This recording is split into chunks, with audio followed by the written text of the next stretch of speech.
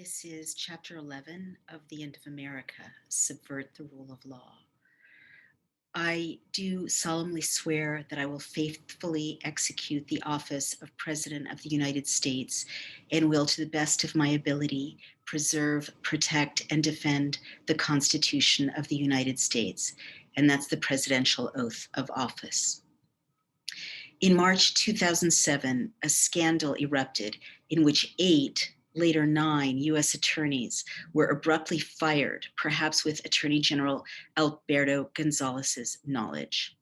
Internal Justice Department emails indicated that they had been targeted as being insufficiently loyal to White House policies. New Mexico's U.S. Attorney David Iglesias received an intimidating phone call from a Republican official who was upset that Iglesias hadn't prosecuted a Democratic voter registration group. Iglesias thought that there had been insufficient evidence to warrant prosecution. In the congressional uproar that followed, emails showed that while only 8 prosecutors had actually been ousted, the emails had discussed the possibility of purging all of the U.S. attorneys. The emails stressed that in this eventuality, the department should stay resolute in the face of inevitable blowback. Congress called for subpoenas of Karl Rove and Harriet Miers. As of this writing, President Bush is simply invoking executive privilege to let him ignore the subpoenas. But commentators were still puzzled at first. Why had the administration purged these attorneys, and why might it have considered purging the entire corps of United States attorneys?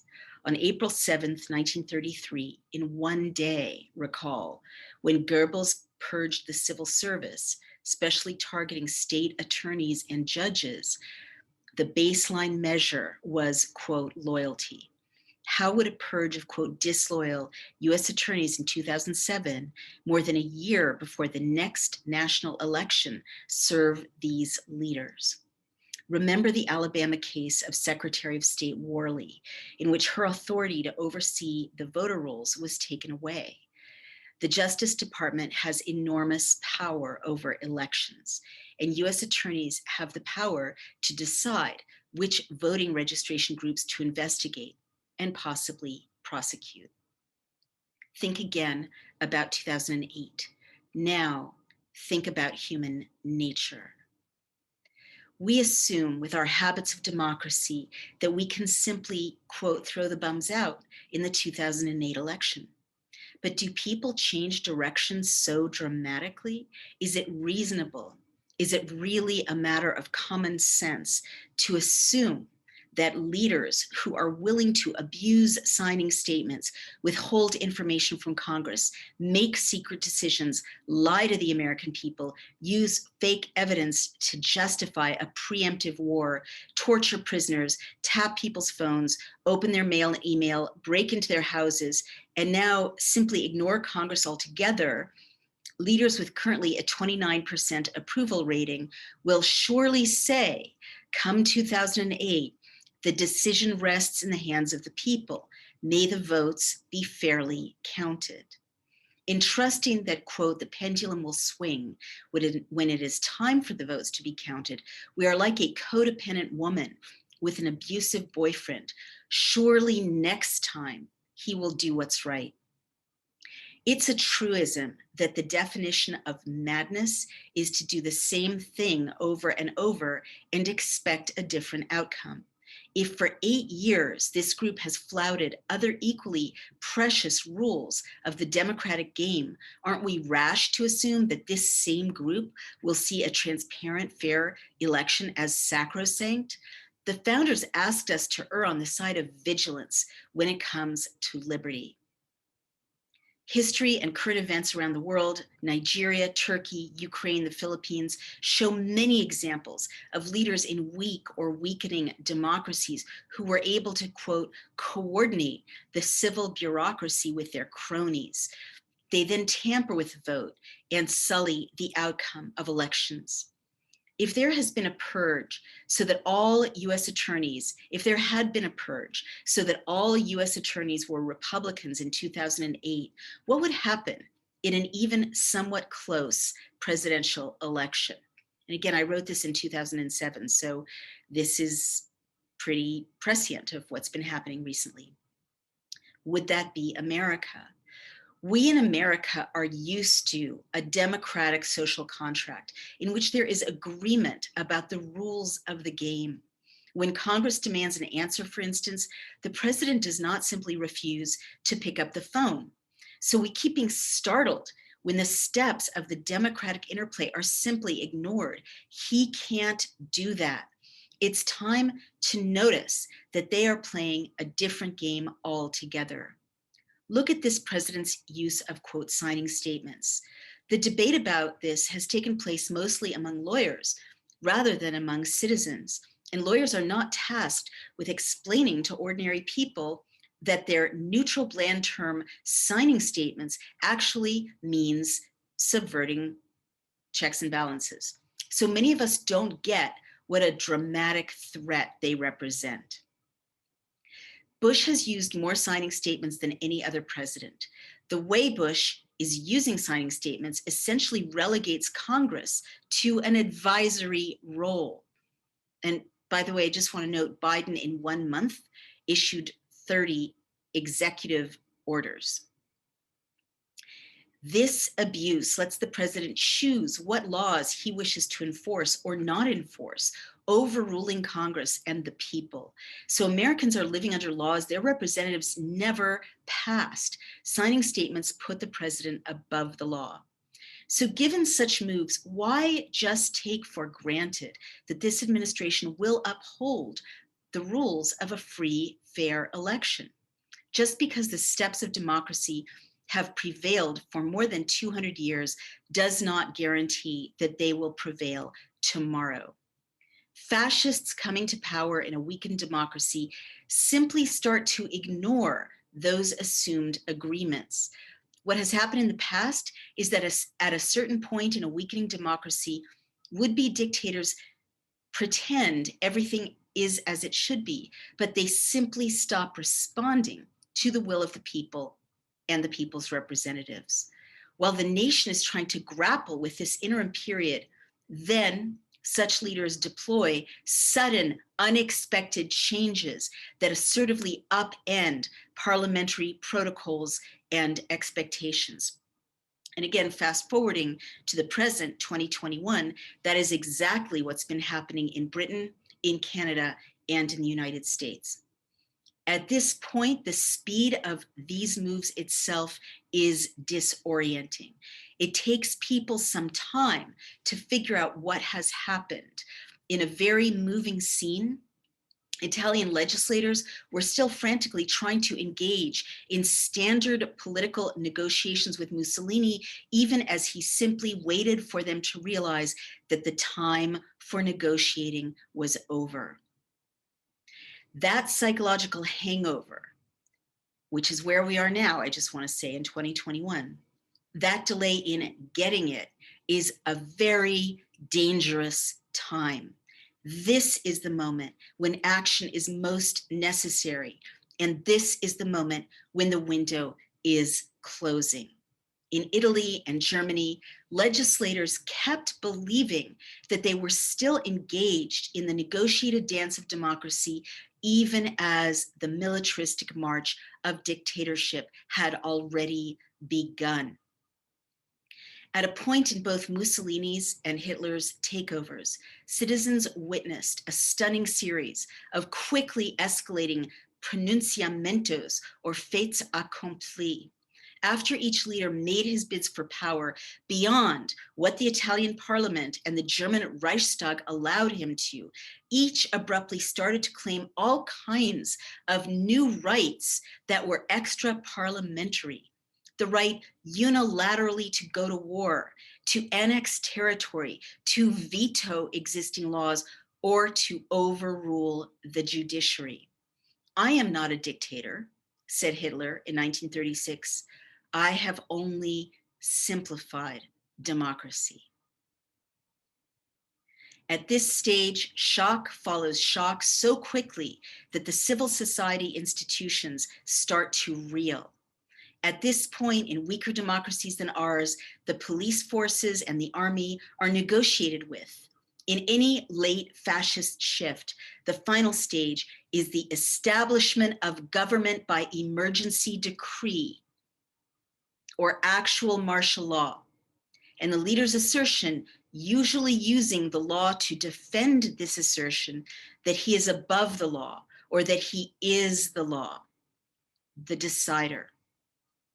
And that is where we are, I'll add, in 2021, in multiple states across the country, in Canada and in Britain, where emergency law prevails, emergency measures have been declared.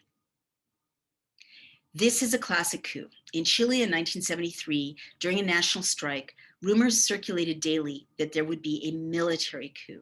Quote, early in the day on September 11th, 1973, the military left their barracks before dawn and occupied most of the radio stations. They began broadcasting marches and periodic bulletins that they were assuming control of the country. They offered President Allende a plane to fly out of the country and declared a national curfew that would begin at 11 a.m. Informed of the military's demands, Allende first told all the workers to go into the streets and defend the government, but he later changed his mind and asked them to remain alert at their factories. Allende refused to surrender, so at noon the Air Force bombed the National Palace. Allende died.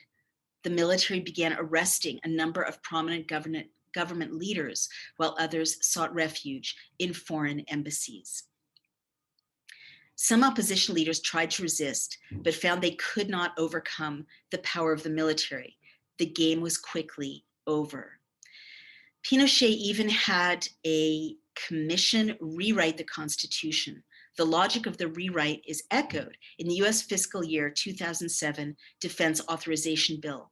The military could intervene on behalf of the state whenever there was a threat to the state.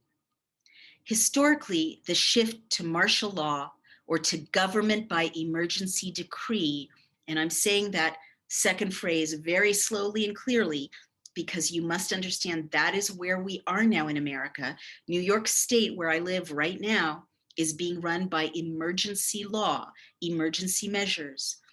Generally takes place during a crisis.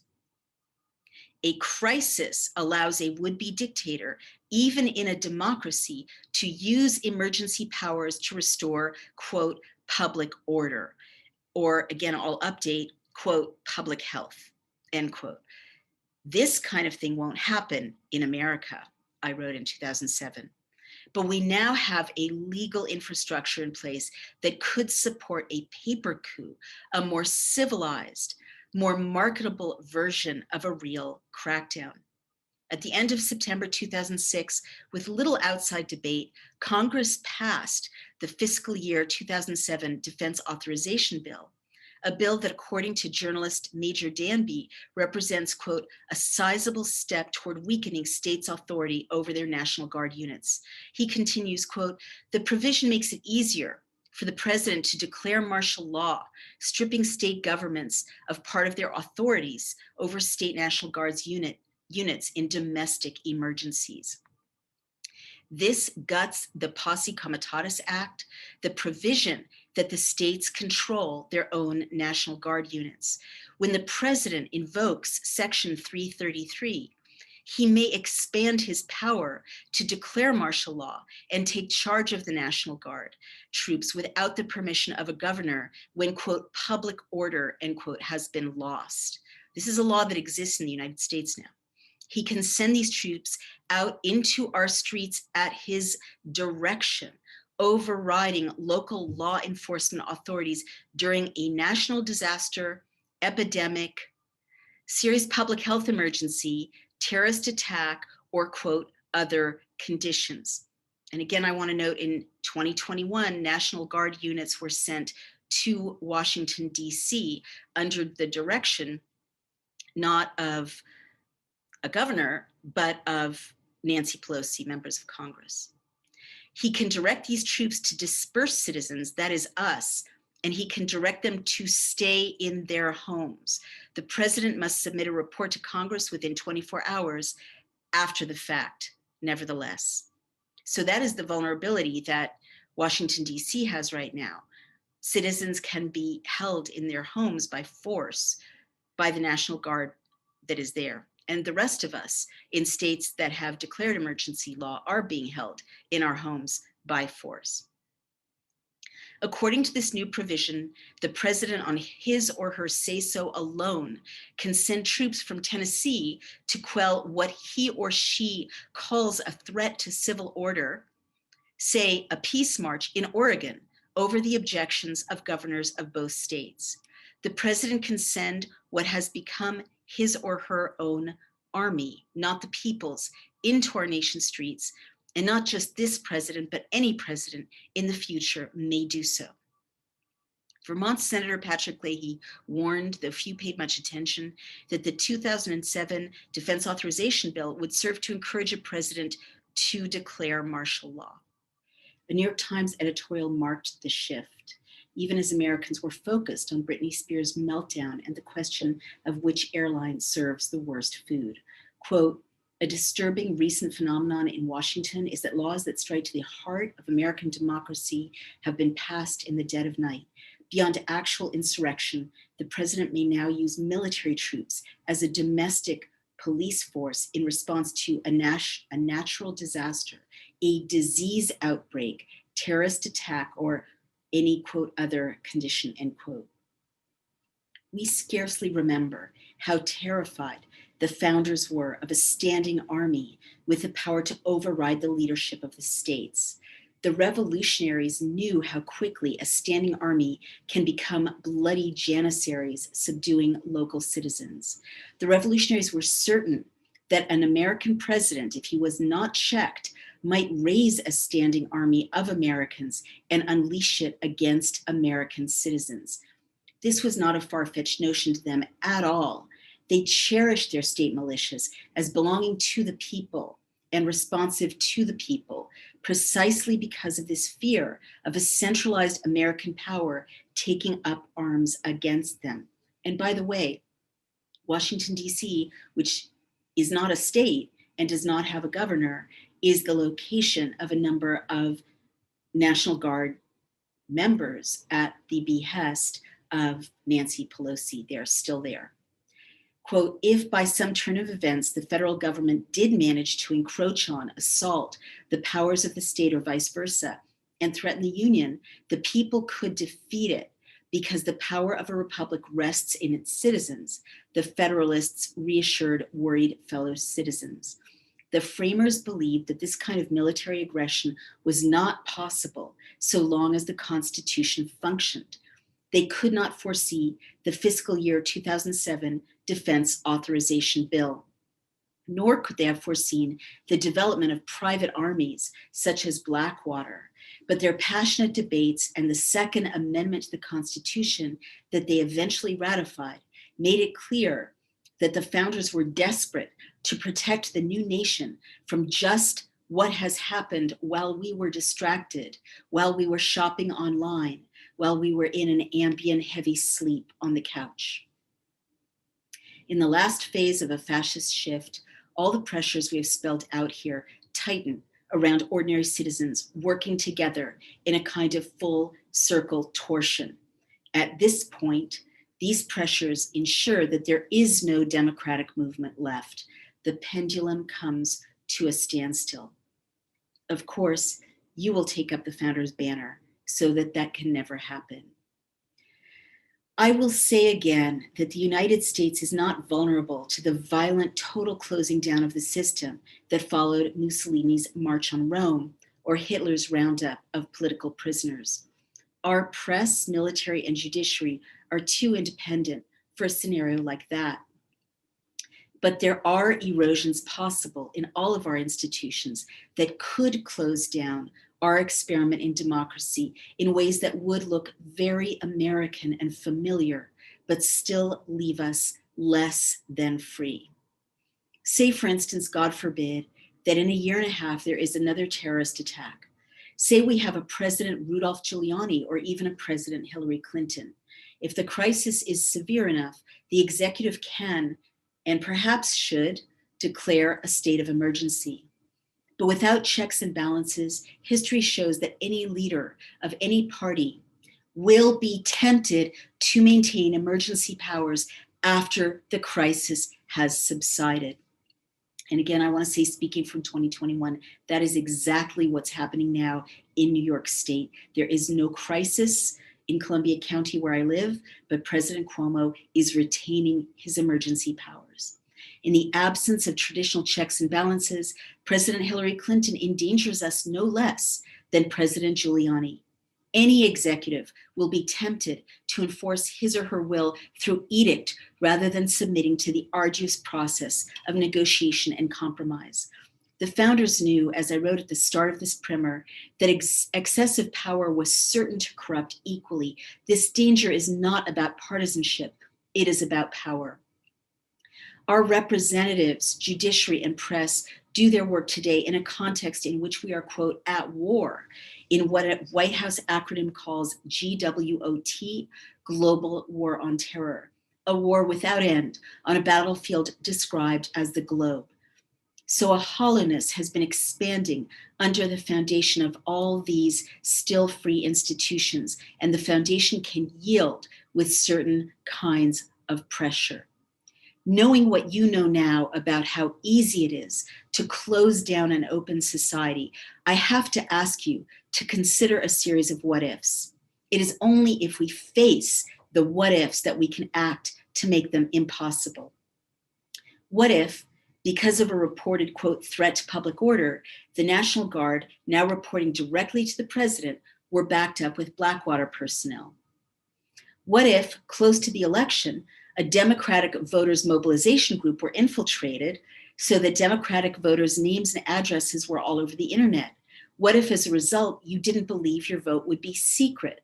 What if some of the members of voters groups were prosecuted for minor crimes or for immigration violations by more compliant US attorneys than the 9 who were purged?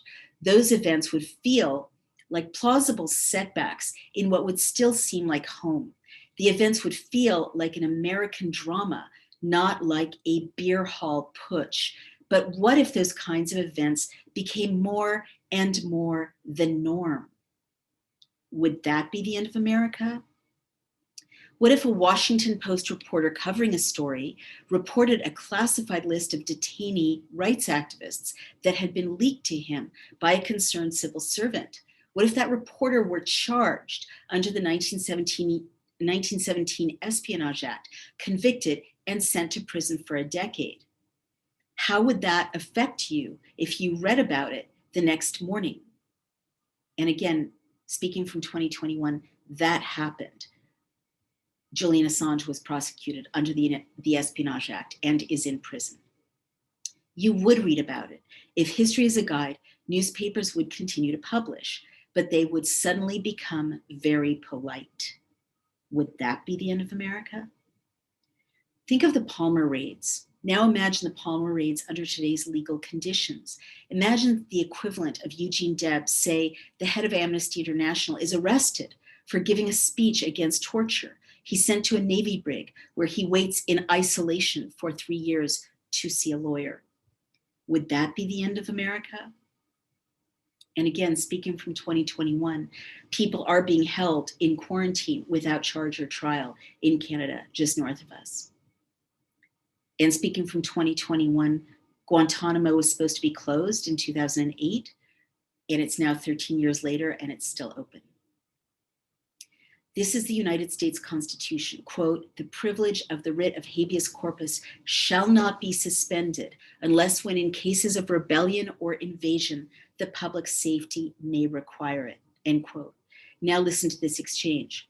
Arlen Specter, now wait a minute. The Constitution says you can't take habeas corpus away except in the case of invasion or rebellion. Doesn't that mean you have the right of habeas corpus unless there is an invasion or rebellion? Alberto Gonzalez, I meant by that comment, the Constitution doesn't say, quote, every individual in the United States or every citizen is hereby granted or assured the right to habeas, end quote. It doesn't say that. It simply says the right of habeas corpus shall not be suspended. Whatever scenario led Gonzalez and his colleagues to think that one through, will that be the end? Global America. I've written this book first as an American speaking to Americans, but the scenario that is unfolding has immense implications internationally. If the United States continues on this dark road further, then truly, as James Baldwin once said, there is no safety. America's aspirations have long been global, and at our best, we have offered our example as a benchmark for democracy throughout the world. But if the United States does stay this course, what city on a hill can shed light internationally as powerfully as we at our best have done? The United States has stood for the rule of law in the past. We set a standard for other leaders and set a point of aspiration for other citizens. If we lose that, what force on earth will stem any barbarism that any despot wishes to impose on his people? The bureaucrats of the European Union? The fragmented voices of the United Nations? Egyptian security forces just rounded up some of its citizens. They threw opposition leaders and a blogger in jail. When challenged, the Egyptians invoked the example of the USA Patriot Act. If fascist Germany, a medium-sized modern European state, could destabilize the globe in a matter of a few years, and it took a world war to overcome the threat, what force on earth might restrain an America that may have abandoned the rule of law, an America with its vastly greater population, wealth, and landmass, its far more sophisticated technology, its weapons systems, its already fully established global network of black site secret prisons, and its imperial reach? If a democratic America with working checks and balances often exempts itself from international agreements when its strategic interests don't coincide with international goals, would a United States led by a dictatorial regime be likely to subdue in itself any level of aggression internationally or restrain itself from any plunder of resources that it seeks simply because it was upsetting the rest of the world? If we keep going down this road, the quote, end of America, end quote, could come for each of us in a different way at a different moment. Each of us might experience a different event that would force us to look back and think, this is how it was before, and this is the way it is now. When each of us alone realizes we must yield a little further, our memories of a certain grace and fineness and courage that was alive in the world for a bit longer than 230 years. Or else we can stop going down this road. We can stand our ground and fight for our nation and take up the banner the founders asked us to carry.